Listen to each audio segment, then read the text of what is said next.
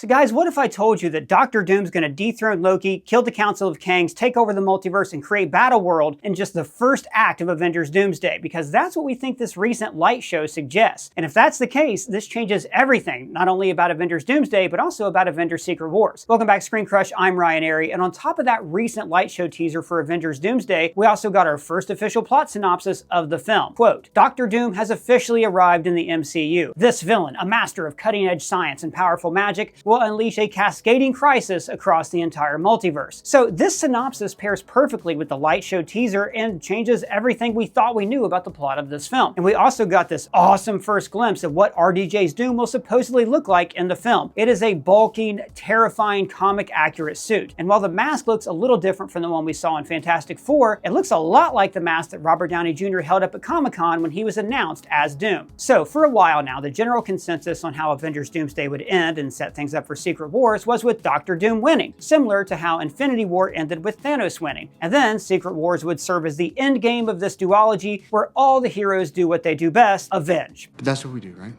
Our best work after the fact. So our assumptions for Doomsday were that Doctor Doom would dethrone Loki and collapse the entire multiverse into the void, thus creating Battle World where he would rule as God Emperor Doom, just like in the comics. He would even have his tree throne within Castle Doom. And that recent light show teaser just confirmed that that's exactly what happens, but it's going to happen way sooner than we thought. So in this teaser, we see the same green misty tear that we saw Loki walk through in his series finale when he enters the realm outside of time to take his multiversal throne, a throne that resides in the same place as He Who Remains a Citadel. Here we can see that same rift with Doom's big metal gauntlet reaching through, teasing that we'll be seeing Doom go for Loki and his throne. Now we even see that in the presentation. Doom takes a seat on Loki's throne. But we also see Doom begin building a tall tower reminiscent of his castle from the comics that resides in his home country of Latveria, as well as the castle he builds in Battle World in the 2015 Secret Wars. Now, in those comics, Battle World is an amalgamation of various realities combined into one world, which is exactly what the Void is in the MCU. Remember, we saw the Void in the Loki series and in Deadpool and Wolverine, and it was in Loki Season 1 where we saw that the throne at the end of time could be accessed from the Void through Alioth. So Doom has gone through this rift, dethroned Loki, and begins building his castle where the Citadel once stood, and where Loki's tree throne currently sits. I should also mention that in these Secret Wars comics, Doom has a tree throne of his own within a Castle Doom which is in Battle World. So it all connects. Coincidence?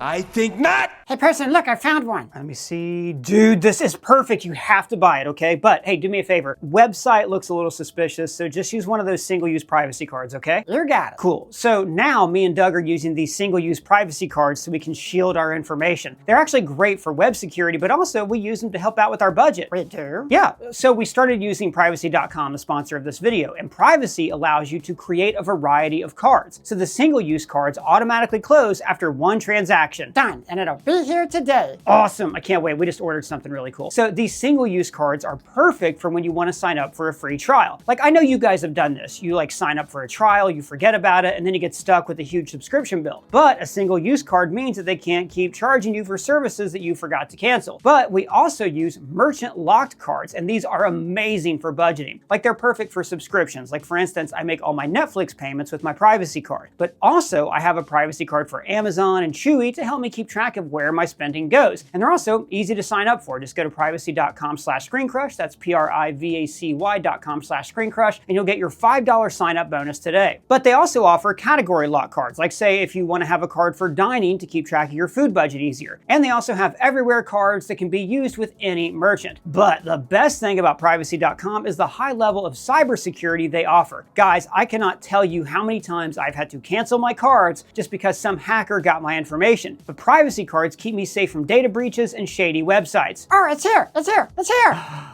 It's magnificent. Doug, good job. High five. So guys, I gotta recommend that you go to privacy.com/ScreenCrush. That's privacy.com/ScreenCrush and get your $5 sign up bonus today. Privacy has a free plan with no transaction fees for domestic purchases. And once you see how easy it is to manage your spending, you're gonna wanna use this for everything. Again, click the link in the description and make Privacy a part of your daily routine. Now, back to what I was saying. Now, before Loki had the throne, there was this ring-like Ouroboros known as the Sacred Timeline. And we briefly see that ring timeline here in the light show. But then it morphs into a gyro gyroscope, suggesting that the gyroscope is Doom's plan for how to keep a multiverse functioning. Remember, that was the whole conundrum that Loki faced in the finale of his series, trying to find a way to allow for free will and timelines beyond that of He Who Remains' approved storyline. But he kept getting met with failed attempt after failed attempt. Again. He Who Remains' answer to a functioning universe was scientific. He had a system in place that was technologically automated. We did it. We're gonna make it. This system was based on various equations and research, which makes sense because his original variant was a scientist. Whereas Loki's answer to the equation lies in the realm of magic, myth, and great sacrifice, which makes sense because he's always been destined to be a god of sacrifice. I know what kind of god I need to be.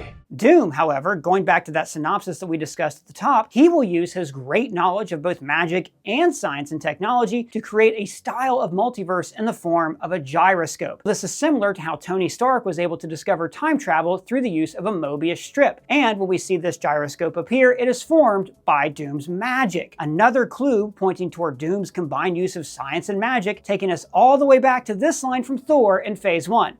Your ancestors called it magic, and you call it science.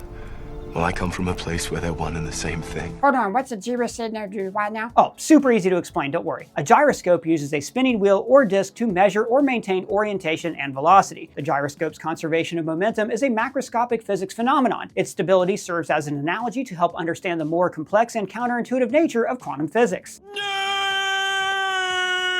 I don't know what you just said. Basically, it sounds like the perfect way to create a stable multiverse. Well, then just say that next time. I don't really waste my time with all that other stuff you said. Okay, so Doom enters Loki's realm, takes the throne, then reconstructs the multiverse, and we even see this snippet inspired by this panel from the comics where he rips out Thanos' spine. This was meant to show us the full power of God Emperor Doom, similar to how at the beginning of Infinity War we see Thanos body the Hulk, giving the audience a clear understanding of just how powerful this guy is. So it would be poetic to have Dr. Doom body Thanos at the beginning of Doomsday to show just how powerful he is. Or maybe they'll have him wreck the Council of Kangs, or maybe they'll do both. Now, the question becomes, if this teaser revealed all of that plot, the plot that we originally thought would be the entire film ending with Doom on the throne, is there any chance in hell that Marvel would allow the entire plot of the film to be spoiled in a freaking light show that they publicized? Well, the answer is no, which means that while we were right about Doom's multiversal takeover and assembling a battle world, we were wrong about it being the climax of Avengers Doomsday. It actually looks like it's just the first act of the film. You see, this teaser was shown at a merchandise expo. So think toys, backpacks, shoes, shirts, lunchboxes, any product you can slap a picture on and mark up the price. In order for these merchandisers to be able to flood the market with the product related to this movie and have it out in time for the film's release, they have to be given special advanced access to things like the script and finalized concept art so they can get the merchandise made in time. Now, a lot of the time with Marvel and Star Wars films, you'll notice that the first round of merchandise that's released alongside the movie, it's always very vague. For example, the first round of action figures don't usually include certain big characters because they don't want to share that like character X, Y, or Z is in the movie, or,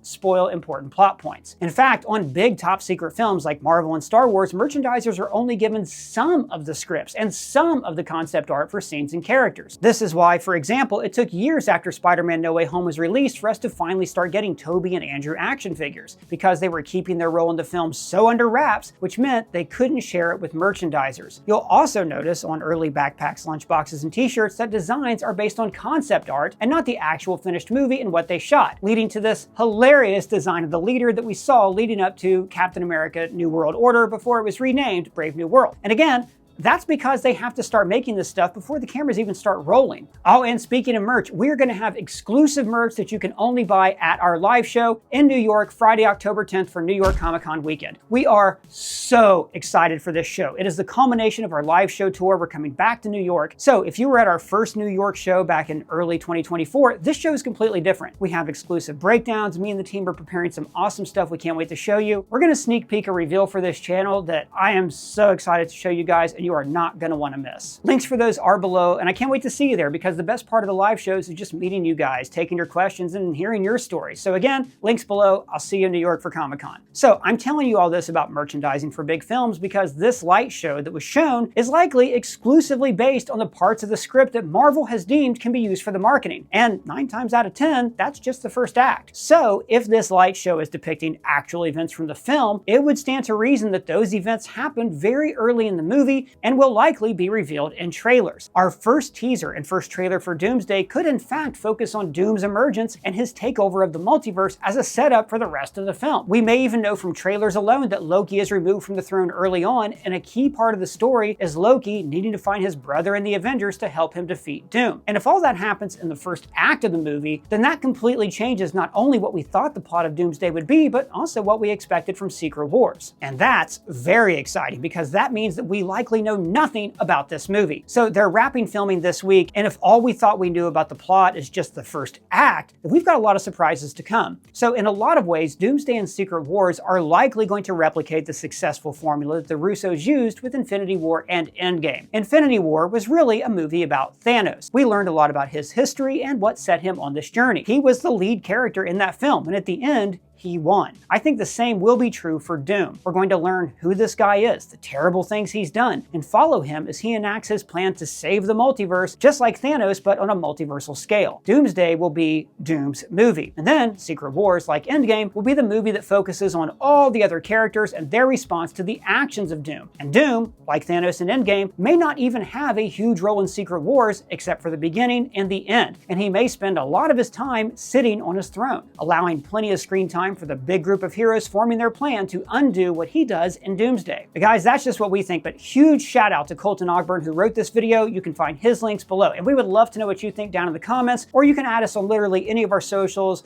on our pages. There's all sorts of, we are all over the internet. We are like everywhere, including on our free to join Discord server. So if it's your first time here though, please subscribe, smash that bell for alerts. For ScreenCrush, I'm Ryan Airy.